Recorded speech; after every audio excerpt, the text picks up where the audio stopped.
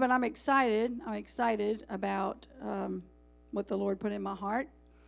As many of you know, we're going into our week of consecration, prayer and fasting. This week of denying our flesh, dying out to self, and trying to feed the spiritual man that should be in us, but sometimes isn't very visible because the flesh in us is way too alive and the spirit in us is not quite as alive. But so this time of consecration this week, we will have prayer every night this week at the church, Monday through Friday night, starting at 6:30. And then on Wednesday night, we will have a time of prayer and foot washing. And that's always a beautiful, powerful time. If you've never been a part of that, I encourage you and urge you to be here because the Lord does meet with us. And it is such a beautiful, beautiful time with one another.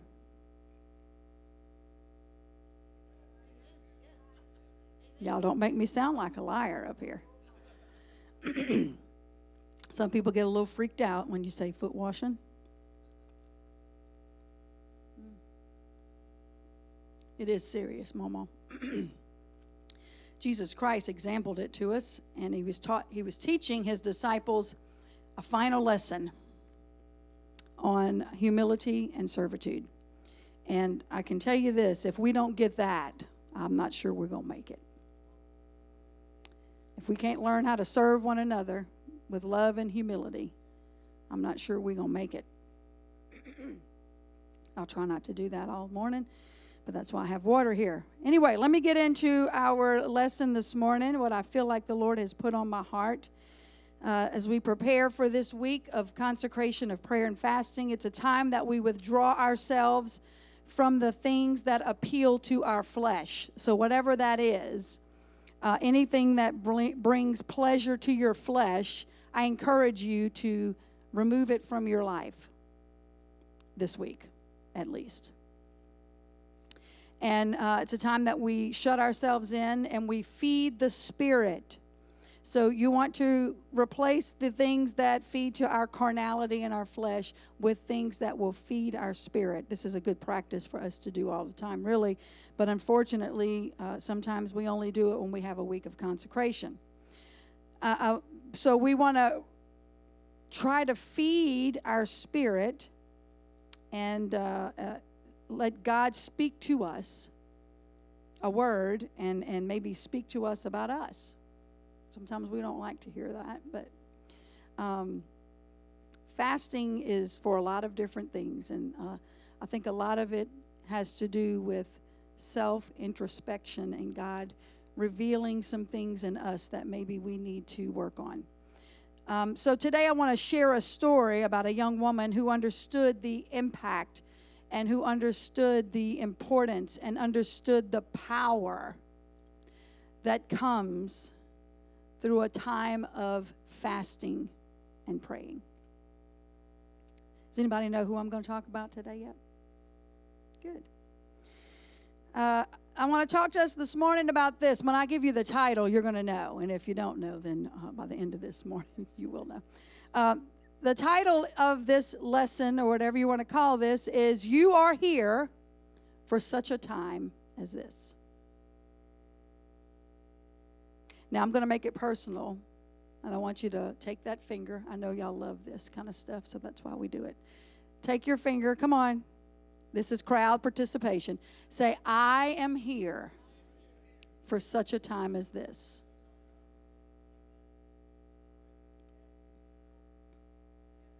We're going to say it again because I want you to understand it. I am here for such a time as this. It's not a mistake. God didn't mess up and have you born at the wrong time, and he hasn't extended your life to where you are now, and he just missed the deadline on your life, and he accidentally forgot, oh, you're not supposed to be there right now. You're supposed to be gone by now. Nope. He knows exactly what he's doing, and if you are here, it's for a reason. It's for a purpose. This week, I've been reading in the book of Esther. It's a great story. It's a beautiful story. And many of you may already know this story very well. But if you'll just indulge me today, I want to bring us through that story. That's okay. I believe that God showed me this week while I was reading this story some things that can help us as we enter into this time of prayer and fasting. History bears that Esther was around 14 years old when she became queen. 14 years old. Let that sink in.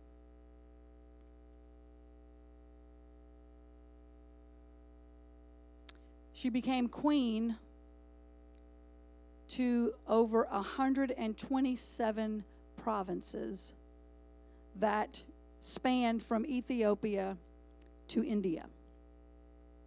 14 years old. Now, I understand she's just the queen, right? She's not the king. But how many of you at your age would become queen and not be a little overwhelmed with that whole title and that whole responsibility?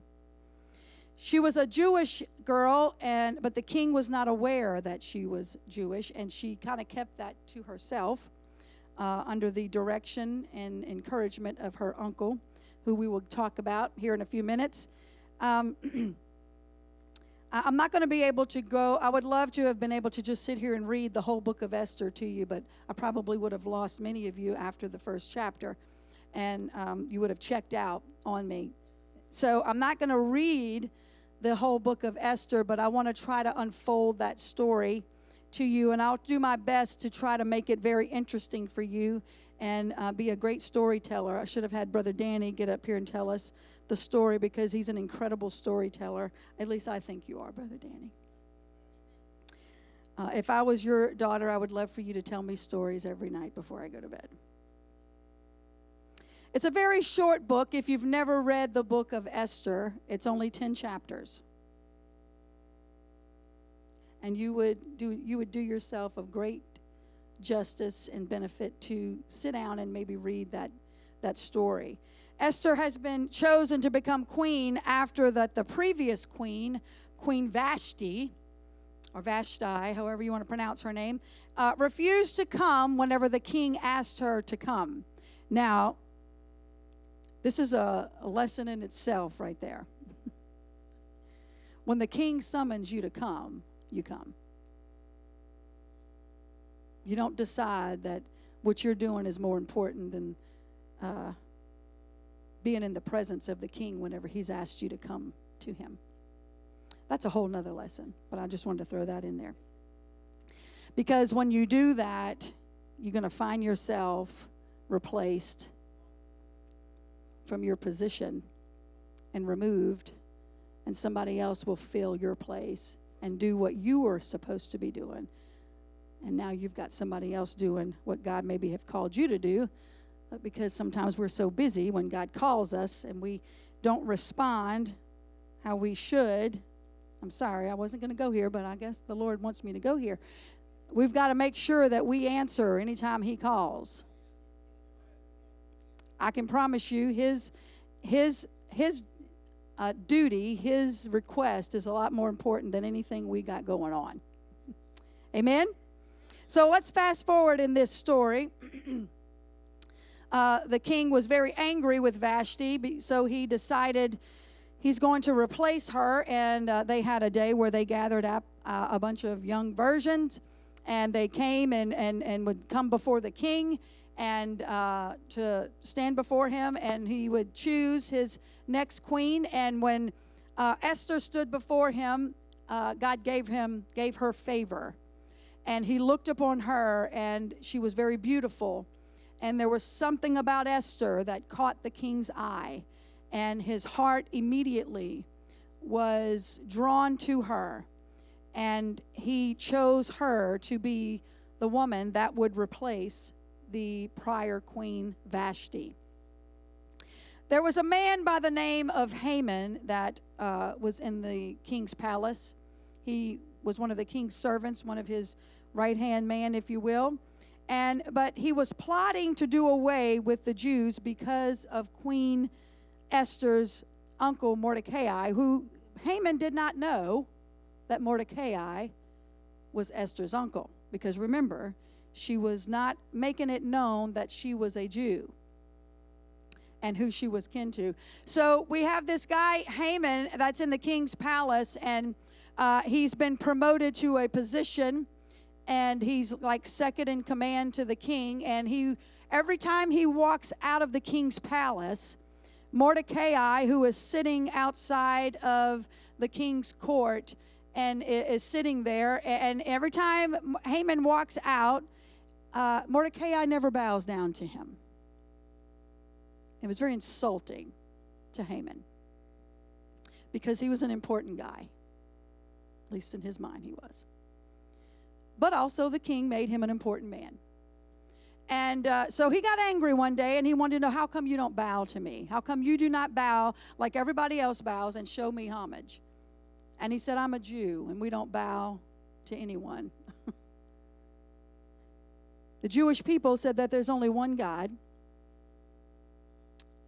And they understood that there's no man that I'm going to give my allegiance to other than Jesus Christ, other than the God Jehovah. Okay, so he's mad, and he decides, I'm going to get this guy. I'm going to get him, and I'm going to hit him where it hurts. So he's plotting, and he goes home and talks to his wife, and he's telling her about this man that just is a thorn in his side, and he just won't. It's not good enough for him that everybody else is bowing. He's got this one that's not bowing, and that's what's really getting his goat. And he can't stand it. So he's complaining. Honestly, if you read the book of Esther, Haman sounds like a crybaby to me. He's a whiner, and he loves to whine to his wife, apparently, because every time he goes home, he's complaining about something else that somebody did and didn't do, and he's mad about, and she's going to fix it all for him.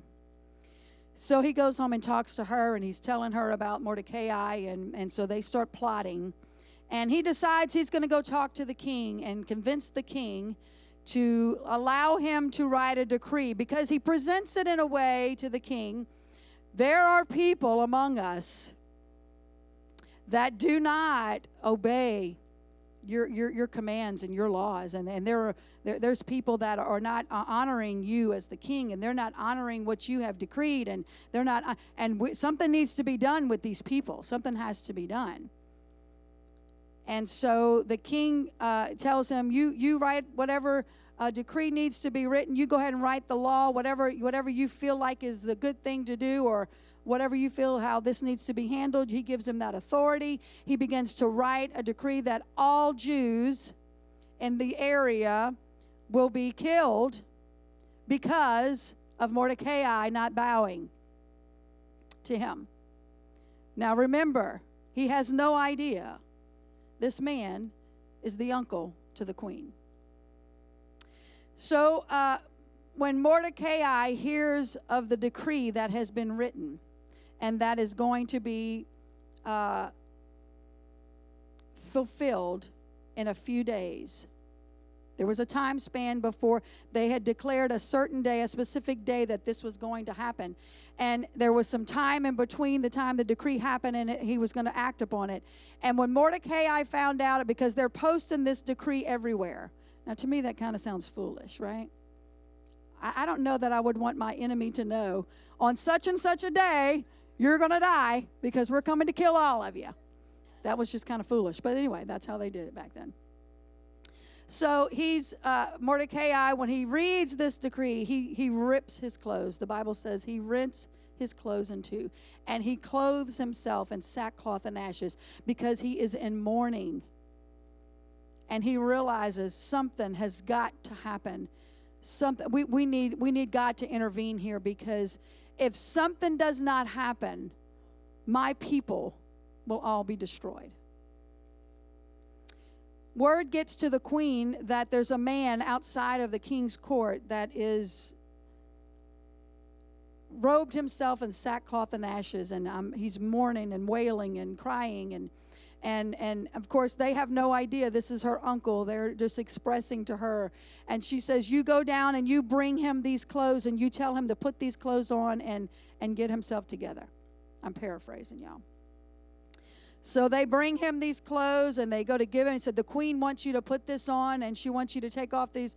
And he said, no, I refuse to put them on. And he said, you tell the queen what has happened. The queen is oblivious. She has no idea that her people are about to be annihilated. So Mordecai sends word back to the queen and tells her, this is what's going on. And you need to go before the king and plead for your people. She sends word back to Mordecai. I can't do that. Don't you understand? You don't just walk into the king's presence without the king first requesting your presence. You cannot just enter into his courts without him drawing you or inviting you into his courts. I could die for that. Mordecai sends a message back to her. He says, let me tell you something. Again, paraphrasing, y'all, if you would allow me to paraphrase. He says, let me tell you something, little girl. If you think for one moment that you're going to be exempt from this when this all starts falling out, as soon as they find out who you are, you will be included in this. And who is to say that you were not born for such a time as this?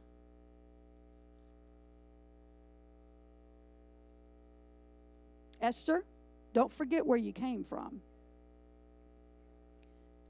Don't get caught up in all of the glamour of the palace and the castle and the queenship that you have. Remember who you are. And right now, your people need you. And who is to say that God did not orchestrate your steps and put you into this palace for this day, for this time, because of what's fixing to happen? That's a huge responsibility. A 14-year-old girl, first of all, she's queen. Now she's been given this weight of, it's on you, Esther. If your people are going to be saved and live, it's going to be on you. You're going to be the one that's going to help it happen. So, whenever that word comes back to Queen Esther, imagine the sobering thought of the words from her uncle, who had raised her as his own. And she sends word back to him. I want to read to you Esther 4:13. And this is what this was the conversation that was going back between them. And this is when Mordecai says to her, Mordecai told them to answer Esther. He says, do not think in your heart that you will escape in the king's palace any more than all the other Jews. For if you remain completely silent at this time, relief and deliverance will arise for the Jews from another place. I want to caution us again. When God puts you in a position and a place where you can be effective for his kingdom, when the opportunity comes for you to fulfill that role and that call, don't reject it. Because the Bible bears out to us that the Jews are God's chosen people. And this is one thing we know. Whether Esther does it, whether Mordecai did it, whoever, somebody would have done it, and God would have preserved his people. God's going to protect his people.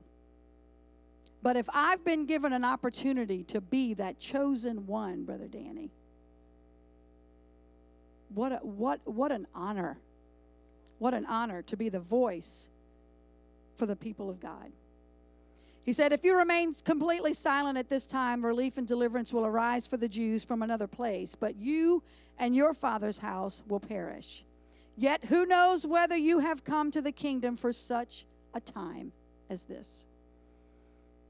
Then Esther told them to reply to Mordecai, go, gather all the Jews who are present in Shushan, and fast for me, neither eat nor drink for 3 days, night or day. My maids and I will fast likewise, and so I will go to the king, which is against the law, and if I perish, I perish. Something happened. Something happened from the beginning of that conversation when she was telling him, I can't do that. Don't you know I'll die? I'm not going to put my life on the line. But then when she realized, you've been put in that position for this very reason. This is why God allowed you to become queen. All of a sudden, her life meant nothing to her. Only the mission meant everything. So Esther's uncle Mordecai and all the Jews in Shushan go into a 3-day fast for Queen Esther. In chapter 5, we find where Queen Esther stands at the inner court entrance of the king. And when he sees her, she finds favor in his eyes once again. And there's a conversation that happens between them, and he asks her, what can I do for you? Whatever you ask, I'll do it. You tell me what it is you're looking for. What do you want? What can I do to make you happy? What can I do to bring pleasure to you? And she requests that the king and Haman come to a banquet that she is preparing for the following day. Of course, when Haman, which is so full of himself and drunk on his own ego, when he finds out about this, he immediately thinks it's all about him. I mean, obviously, this has got to do something with me because she only asked for me and the king to go. So I'm sure they're calling me in because they're wanting to do something great for me. People like that, they really don't need anybody to help them, right? They're good. They're good. You don't need to compliment those people. So he goes home to brag to his wife and to his sons and to those that are there that give him counsel. And but in the midst of that, he's still frustrated about Mordecai and the fact that he just refuses to honor him and refuses to bow whenever he is in his presence. And so he goes home and he's rejoicing about what the queen is doing, but then he's still aggravated about this man that just will not bow. And so they said, why don't you build some gallows and have him hung whenever you go and do your thing and you're killing the Jews, you need to hang him from those gallows. Make them 50 feet, 50 cubits high, and you hang him from those gallows for everybody to see. So during that night, as the king goes to bed and is preparing for the banquet the next day that he and Haman will be in Esther's presence, he has a sleepless night. Anybody ever had a sleepless night? I had one of those last night. He's restless. He can't sleep. So he decides to get up and have one of his servants to take out the record of the Chronicles and begin to read. That would probably put you to sleep, right? Start reading the records of the Chronicles to me. Maybe that'll help me go to sleep. Well, as he begins to read, he starts telling of a story. And he tells of a man that heard of a plot that 2 of the king's servants were making to kill the king. And this man made it known to the higher-ups, and the king's life was spared and saved. And as he's reading this, the king says, what was ever done for that man? What did we do to honor that man? And the servant says, we never did anything to honor him. Nothing was ever done to reward him. And by this time, it must be early morning, apparently, because he tells the servant, he says, go see who is out in the inner courts, who's right outside the door. Go see who's right inside the courts and tell me who that is. He said, it's Haman. He said, tell him to come in here to me. I love God. I love God. He's got such a sense of humor. So he summons Haman to come in, who, by the way, is coming to talk with the king and to let the king know about Mordecai and how that he's built a gallows for him and he wants to hang him. But the king, before he has a chance to talk to the king about his frustration and Mordecai, the king says, Haman, what would you do for a man that did such a great thing for the king and honored the king and spared the king's life? And if you wanted to honor a man, a great man that did great things, what would you do to honor him?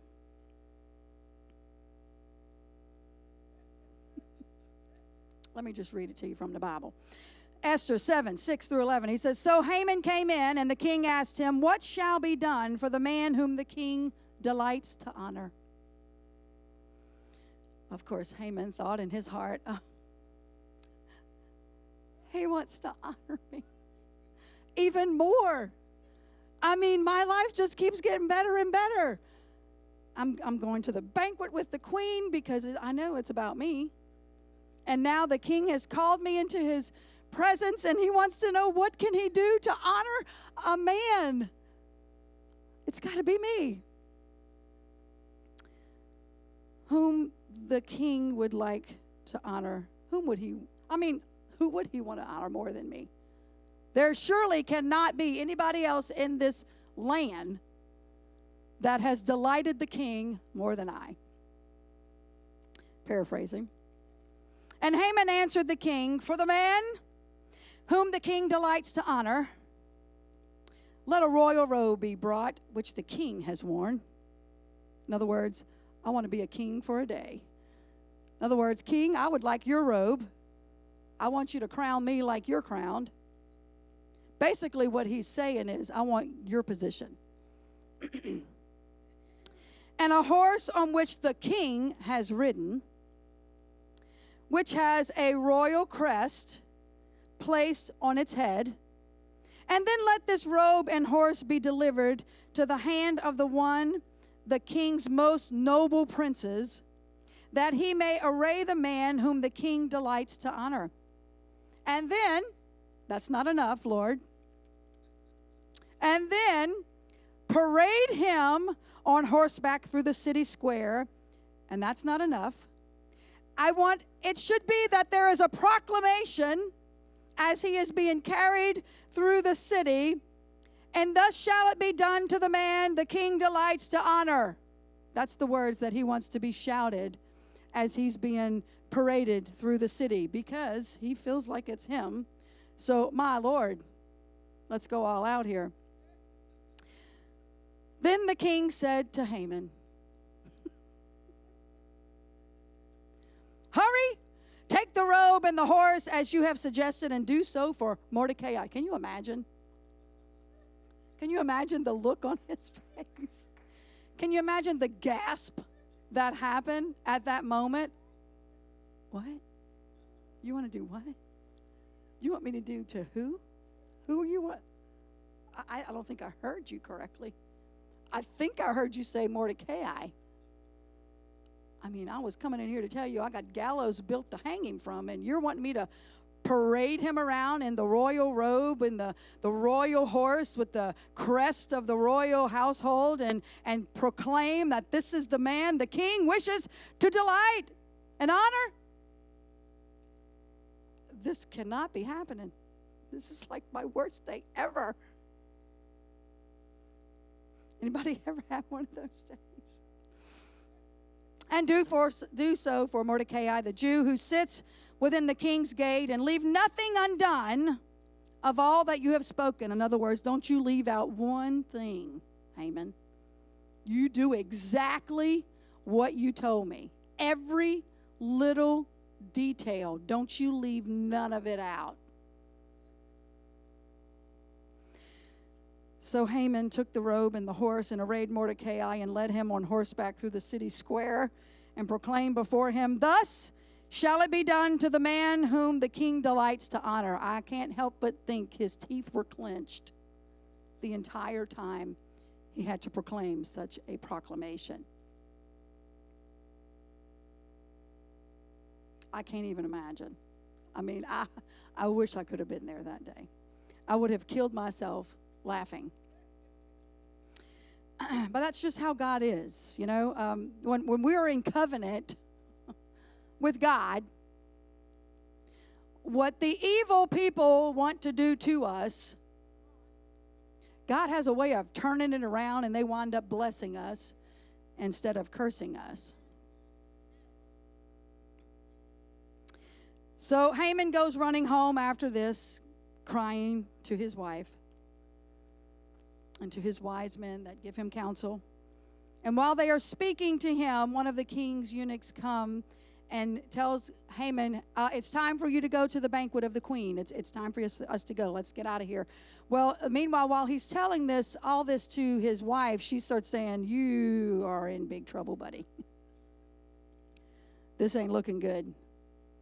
Because I can tell you right now, when the king finds out that you were planning on hanging this man that you just honored, and when he finds out that he is a Jew, and when he finds out that it's his people, this is not going to look good for you. But he gets scooped away, and it almost sounds to me when you read that his wife and his consultants are all about to bail and say, you're on your own, buddy. We're out of here. We don't want no part of this. You can figure this out by yourself. So the eunuch comes, and he comes and takes Haman to the palace to get ready for the queen's banquet that she has prepared for them. And if you will indulge me, please do not fall asleep and read along with me. I would like to read chapter 7. Is that okay with you?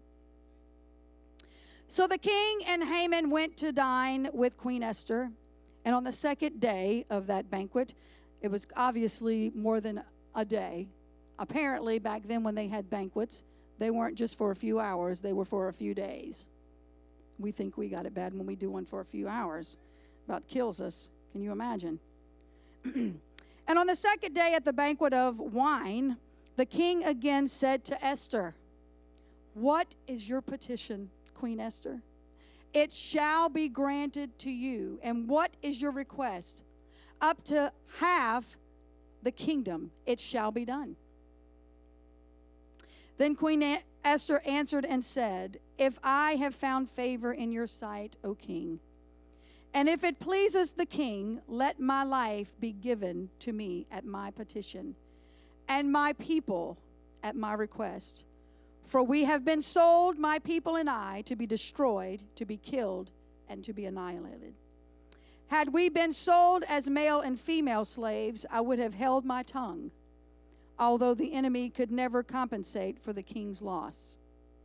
So King, I'm just going to call him Ahasuerus, thank you, Mama, answered and said to Queen Esther, who is he and where is he who would dare to presume in his heart to do such a thing?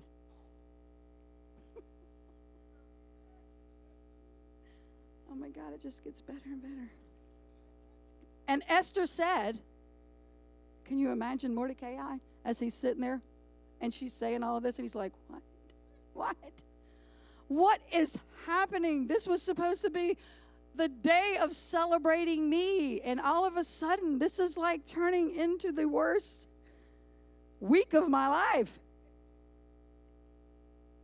And Esther said, the adversary and enemy is this wicked Haman. So Haman was terrified, I would imagine. I would be terrified before the king and queen. Then the king arose in his wrath from the banquet of the wine and went into the palace garden. But Haman stood before the queen and pleading for his life. All of a sudden, he's not so powerful. All of a sudden, he's not so dignified. All of a sudden, he's not so full of himself. All of a sudden, he's begging, please, please, don't do to me what I was going to do to you and your people. For he saw that evil was determined against him by the king.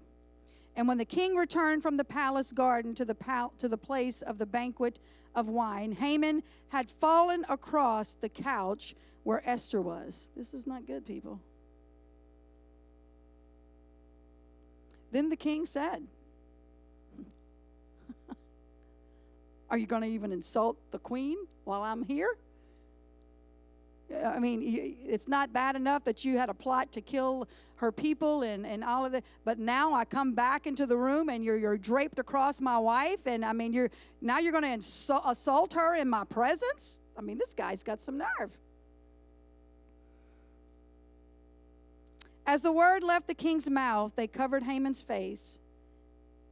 And now Harbonah, one of the eunuchs, said to the king, look, the gallows 50 cubits high, which Haman made for Mordecai, who spoke good of the king's behalf, is standing at the house of Haman. Then the king said, hang him on it. So they hanged Haman on the gallows that he had prepared for Mordecai. Then the king's wrath subsided. He felt like he had vindicated his rage and his queen. The story goes on to tell how Esther tells the king that Mordecai is her uncle. And the king puts Mordecai in the position that Haman was in. I'm telling you, we're not making this stuff up, y'all. This is real stuff. This is the Bible. And I'm hoping we're grabbing some things here. When we are in covenant with God, it doesn't matter what the devil plots against you. When we keep ourselves in covenant with him,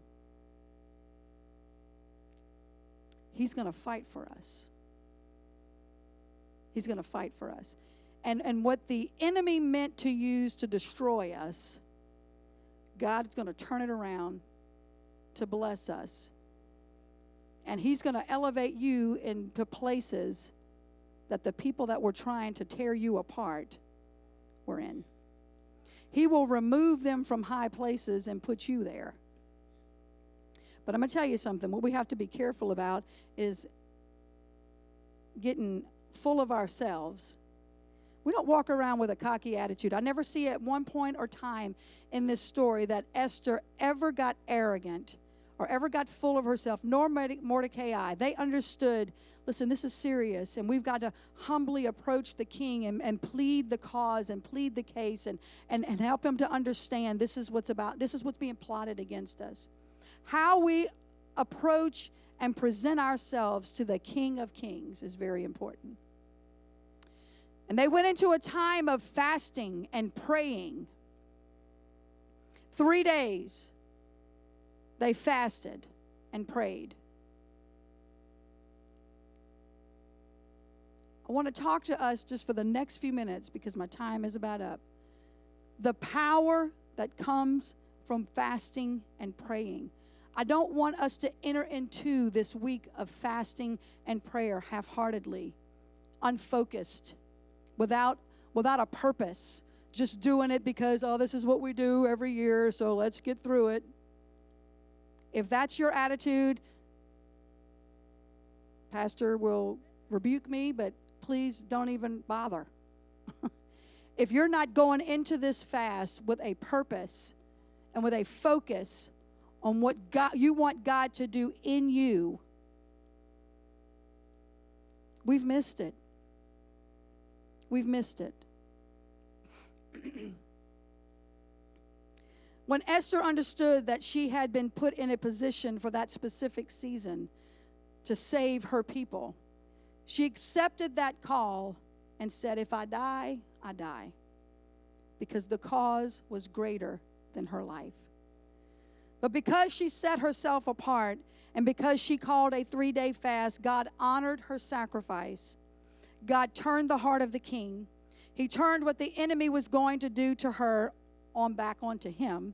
He gave her favor in the land, and he saved not just her, but her family and a nation.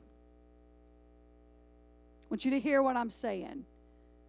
Because she was obedient, because she answered the call, because she was willing to give her life for the cause, God not only saved her, He not only saved her uncle, but He preserved a nation. What will my week of fasting do? Not just for me, not just for my family, but for this community, for the people that I come in contact. What will it do if I enter into it with the right spirit, the right attitude, and the right focus? You might say, well, that situation is different. I'm not a queen, and there isn't a hit on my life or my family. Are you sure about that? Let me remind you that every day the adversary has got his sights on you and your family. Every day. And there is worse things than a physical death.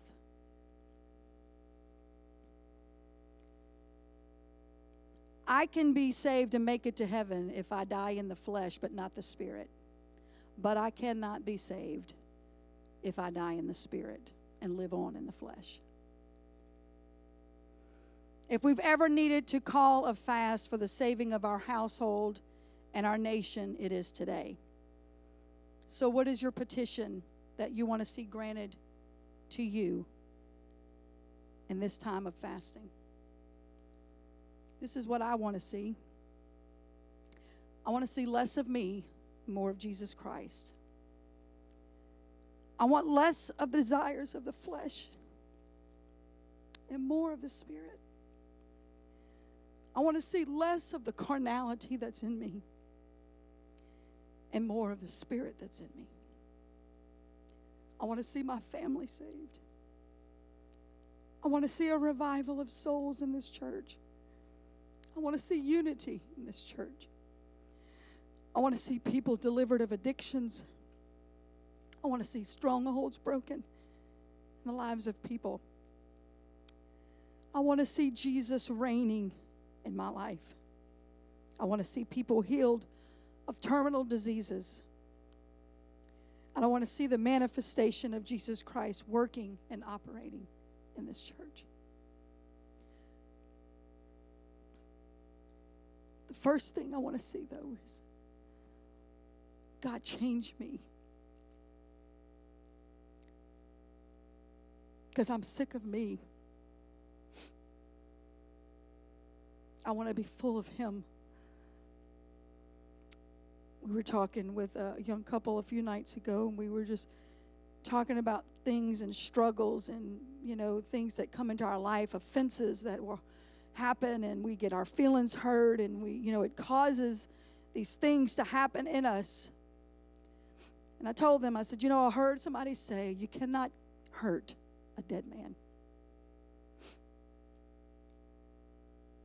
So when I get offended, when I get hurt, and it causes me to pull myself away, and it causes me to shut down, and it causes me to become cynical and sarcastic and hard and callous and careless and just uncompassionate, it's a good sign that I'm too much alive and Christ is not.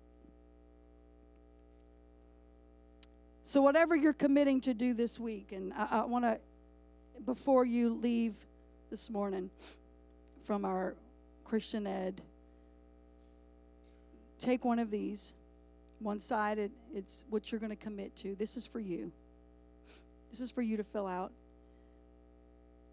and commit to God. You're not committing to me or pastor. You're committing this to God. And we're not going to be standing over you and saying, did you do your... This is between you and God.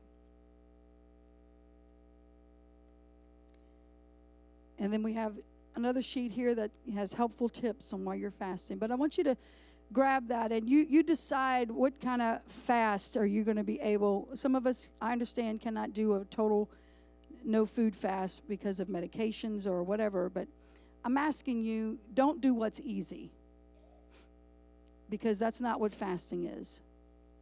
Fasting is denying the flesh, crucifying the flesh. The cross was not easy, folks. There was nothing pleasant about it. Yes, you will get hungry. Yes, you will probably have headaches that come because you have not had caffeine, or even because you haven't had food. You might even get a little irritated because you haven't had food. But it's part of denying the flesh. That's all part of it. And so when you select whatever fast it is that you're going to do, I encourage you to make a list of what you want to come out of that fast. What are you going into that fast with a purpose of? What is the purpose? Yes, we're doing it as a church body, and that's one thing. But as an individual, what do you want to see happen in you through this week of fasting? You make that list, and I want you to pray it every day. Speak it and believe it. Trust God to do it, and be willing to step out, even if you are afraid to do what God may be calling you to do. Just like Esther, when the time comes for you to walk into the inner courts, it may be a little scary, but God is going to give you favor, and He's going to grant your petition. So shut out anything that is appealing to the flesh this week, and feed the Spirit and what God will do. What was God placed, or what has God placed you here for? At this place, at this time. Why am I here, God?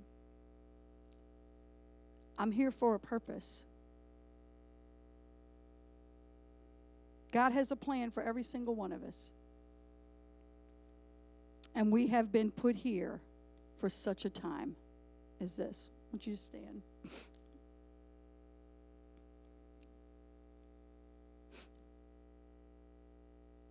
Some of you, this may be the first time you've ever done a fast like this.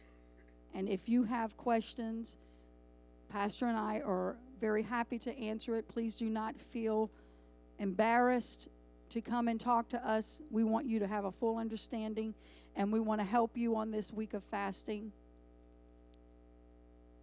If some of you that have done fasting every year with us, but you still have questions, please come to us. We want to make sure you're understanding the importance of what we're doing. At the conclusion of this week of fasting, we have Brother Ryan Neer that's going to be with us on Sunday morning and Sunday night. We are believing for God to do a miraculous work in this church and in the lives of people. I can tell you this, there has never been a fast that we have went on that we did not have such an encounter of the power and the Spirit of God at the conclusion of that fast. And that should speak something to us as a people. That when we deny the flesh and feed the Spirit, we empower ourselves in the supernatural. I don't know about you, but I'm ready for God to do a new thing in me. A new thing in this church. A new thing in this community. Let's all close our eyes. God, I've tried to speak today the word that you put into my heart to speak and to relay the power and what can happen when we align ourselves with you, and when we seek your favor, and when we seek your face. I pray today, God, that as we enter into this week of consecration, God, don't let it be just another year that we have, or checking the box that, okay, we're doing our week of consecration, but help us to enter into it more sobering, oh God, more aware of the desperate need in our own lives, in the lives of our family, and in our community, and in our world. I pray that you would speak to us today through the Word of God, through our pastor. I pray that as we take communion today, God, that something would shift in every one of us.